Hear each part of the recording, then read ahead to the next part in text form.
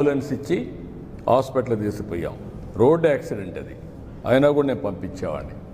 కనీసం నువ్వు నిలబడకుండా కనీసం దాన్ని నీ మనుషులు అక్కడ ఒక కుక్క పిల్లని మారి తీసి రోడ్డు మీద పక్కన బారేసి చెట్ల కింద బారేసి మీరు వెళ్ళిపోయారంటే, కంపల్లో బారేసి మానవత్వం ఉందా మీకు? ఇప్పుడు ఆ అమ్మాయిని పిలిపించి బెదిరించి దాన్ని రాజకీయం చేయాలని చూస్తున్నారంటే వీళ్ళు మనుషులా? వీళ్ళు అదే ఈ ప్రజానీకం అర్థం చేసుకోవాల్సిన అవసరం ఉంది. ఇలాంటి వాళ్ళని నీతిమాలిన వ్యక్తులు, లేకపోతే ఒక నేర చరిత్ర కలిగిన వాళ్ళు రాజకీయాల్లోకి వచ్చి రాజకీయ ముసుగేసుకొని, ఇప్పుడు నేను అడుగుతున్నా, వీళ్ళు చేసే నేరాలు మామూలు రౌడీలు అయితే వదిలిపెడతామండి? 2 నిమిషాల్లో కుక్కను కొట్టి లోపల వేసేవాళ్ళం. అన్ని అరాచకాలు చేయడం మంచిది కాదు. ఆ అరాచకాలు చేసి రాష్ట్రానికే ఒక పెను సవాలుగా తయారయ్యారు, రాజకీయాలకే ఒక చీడ పురుగుల మారిగా తయారయ్యే పరిస్థితి వచ్చారు. ఎవరు ఏమైనా ఎన్ని చేసినా చట్టం ఉంటుంది, చట్టం దాని పని అది చేస్తుంది.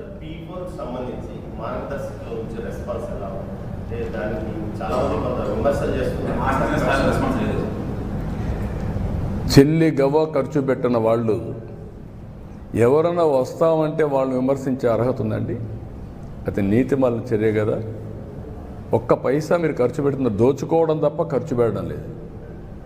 రాష్ట్ర ఆదాయాన్ని, రాష్ట్ర వనరుల్ని కొల్లగొట్టే మీరు ఎవడో వచ్చి స్వచ్ఛందంగా పనిచేస్తా అంటే వాడిని విమర్శించడం ఏంటండి? బుద్ధి ఉందా మీకు? ఇది కూడా రాజకీయం అండి.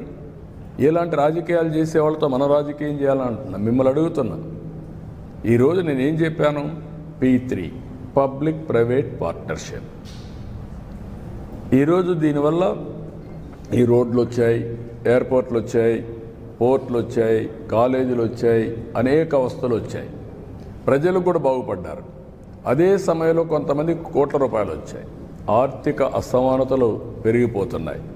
ప్రభుత్వం ఇచ్చే సంక్షేమ కార్యక్రమాలు ఎక్కడ ఆపం, అభివృద్ధి కార్యక్రమాలు ఆపం. కానీ సామాజిక బాధ్యత కింద ఆ రోజు జన్మభూమి పిలిపించా, జన్మభూమితో వచ్చి గ్రామ సేవ చేశారు. ఈరోజు నేను ఇచ్చేది P4 అన్నాను, ప్రభుత్వం ప్రైవేట్ పీపుల్ పార్ట్నర్షిప్. ఈరోజు నేను ఒక్కసారి మీరు చూస్తే, నేను ఒక 20 ఏళ్ళు తిరిగాను. తిరిగితే ఒక అతను చాలా బాగా పనిచేశాడు, వడ్డీ కులస్తుడే, అందరూ వాళ్ళే. వాళ్ళలో ఒక ఫ్యామిలీ చాలా బాగా పనిచేసి పిల్లల్ని బ్రహ్మాండంగా 20 ఏళ్లలో చదివించి, ఒకడు అమెరికాలో ఉన్నాడు, ఒకడు బెంగళూరులో వ్యాపారాలు చేస్తున్నాడు, అందరికంటే అందరూ ఇంజనీర్లు చేశారు. ఫస్ట్ ఒక కొడుకును మాత్రం చదివించలేక తోడుగా పెట్టుకొని కడవ అందరినీ తయారు చేశాడు. ఆయన కొడుకులు వాళ్ళ మళ్ళా మనవాళ్ళు మనవరాళ్ళు కూడా చదివించాడు. అప్పుడు నేను డబ్బులు కూడా ఆర్థిక సహాయం చేశాను.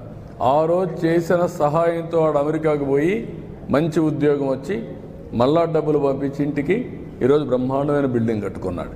నేను ఒక 2-3 ఇండ్లు P4 కింద తీసుకుంటానని ముందుకు వచ్చే పరిస్థితికి వచ్చాడు. అది స్ఫూర్తి. నేనేం మింగతాను, పేదవాళ్ళు ఇట్లనే ఉండాలి, వాళ్ళు ఇట్లనే ఉంటే నాకు సంతోషం అనేది కాదు. పేదరికం లేని, అందుకని నేను ఏమన్నానంటే, నేను కష్టపడేది కూడా ఈ పేదవాళ్ళ కోసం కష్టపడుతున్నా, ప్రజల కోసం కష్టపడుతున్నా. అది కూడా నా జీవితంలో చూడాలనుకుంది. Zero poverty 2029. అక్కడి నుంచి ఆర్థిక ఇంకా మెరుగైన జీవన ప్రమాణాలు క్రియేట్ చేసే వ్యవస్థ, ఆర్థిక వ్యవస్థలో ఆర్థిక అసమానత తగ్గించే వ్యవస్థకు శ్రీకారం చుడతాం. That is our aim.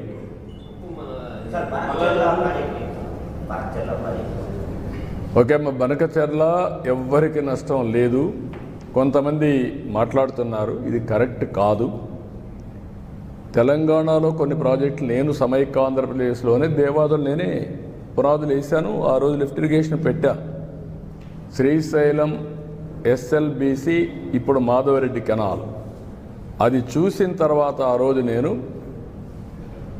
Devadula project కూడా లిఫ్ట్ ఇరిగేషన్ సాధ్యమని గోదావరి పైన ఆ లిఫ్ట్ ఇరిగేషన్ పెట్టాం. అదే సమయంలో ఇక్కడికి వచ్చిన తర్వాత ఆంధ్రాలో పుష్కర, తాటిపూడి 2 లిఫ్ట్ ఇరిగేషన్లు తీసుకొచ్చాను. తర్వాత కొన్ని వీళ్ళు దేవాదుల ఇవన్నీ కూడా వచ్చాయి. రాజశేఖర్ రెడ్డి ఉన్నప్పుడే ఎల్లంపల్లి అన్నారు, అది రాలేదు, అది కూడా పెద్ద స్కామ్ అయింది.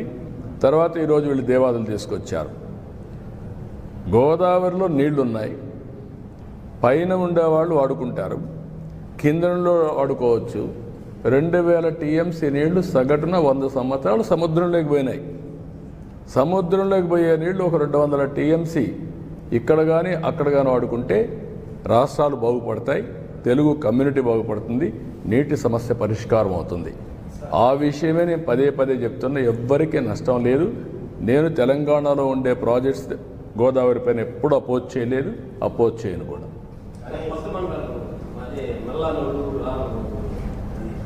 రెండు వస్తాయి, తొందరలో వస్తాయి. పోదామా, టైం అవుతుంది, పోదామండి.